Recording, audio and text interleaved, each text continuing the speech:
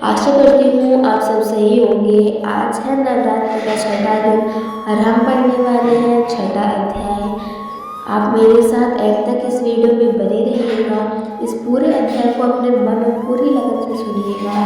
तो चलिए शुरू करते हैं।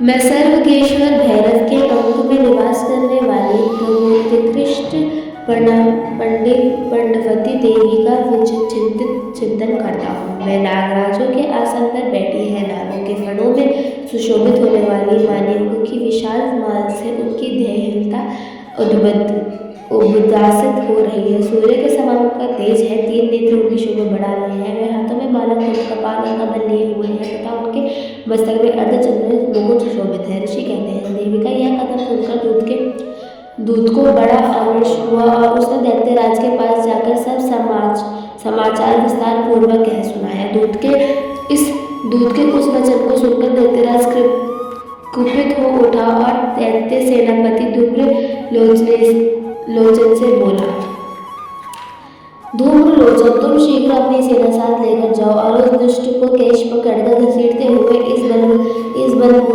उसे बलपूर्वक यहाँ ले आओ। उसकी रक्षा करने के लिए यदि कोई दूसरा खड़ा हो तो वह देवता, यक्ष अथवा गंधर्व ही क्यों न हो, उसे अवश्य मार डालना। ऋषि कहते हैं, शुंभ के इस प्रकार आगे देने पर वह धूम्रलोचन दैत्य 60,000 असुरों की सेना के साथ लेकर वहां से तुरंत चल दिया। वहां पहुंचकर उसने हिमालय पर रहने वाली देवी को देखा और ललकारा, कहा, अरे तू शुंभ के पास चल। यदि इस समय प्रसन्नतापूर्वक मेरे स्वामी के समीप नहीं चलेगी तो मैं बलपूर्वक झोटा पकड़कर घसीटता हुआ तुझे ले चलूंगा। देवी बोली, तुम्हें दैत्यों के राजा ने भेजा है। तुम स्वयं ही बलवान हो और तुम्हारे साथ विशाल सेना भी है।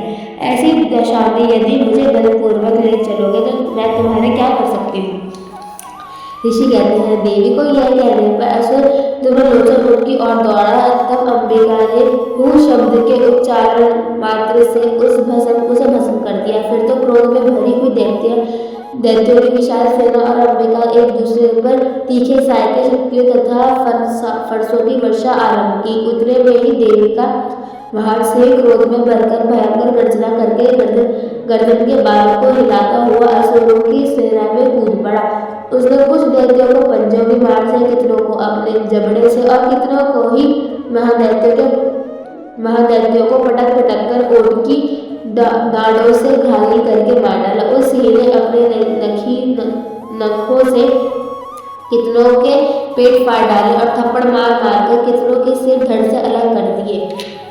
कितनों की भुजाएं और मस्तक काट डाला तथा अपनी गर्दन बाहर हिलाते हुए उसने दूसरे दैत्यों को पेट फाड़कर उनका रक्त चूस लिया। अत्यंत क्रोध में भरे हुए देवी का वाहन उस महाबली सिंह ने क्षण भर में ही असुरों की सारी सेना का संहार कर डाला। शुंभ ने जब सुना कि देवी ने धूम्रलोचन असुरों को मार डाला तथा उसके सिंह सारी सेना का सफाया कर डाला, तब उस दैत्यराज को बड़ा क्रोध हुआ।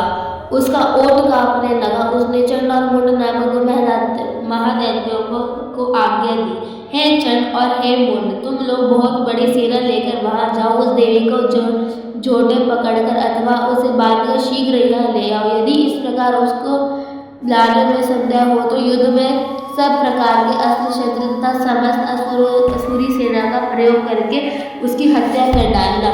उस दुष्टा की हत्या होने तथा सिंह के भी मारे जाने पर उस अंबिका को बांधकर साथ ले शीघ्र ही लौट आना। इस प्रकार श्री मार्कंडेय पुराण सार्वजनिक मन्वंतरिका कथा के अंतर्गत देवी महात्माएं धूम्रलोचन वध नामक छठा अध्याय पूरा हुआ। बोलो अम्बे मात की जय। तो दोस्तों, इसी के साथ हमारा छठा अध्याय भी पूरा हुआ। अगर आपको ये अच्छा लगा हो, आप मेरे साथ एंड तक बने रहे हो, तो प्लीज़ मेरे चैनल को लाइक शेयर सब्सक्राइब ज़रूर करना। मिलते हैं अगले वीडियो में, तब तक के लिए जय माता।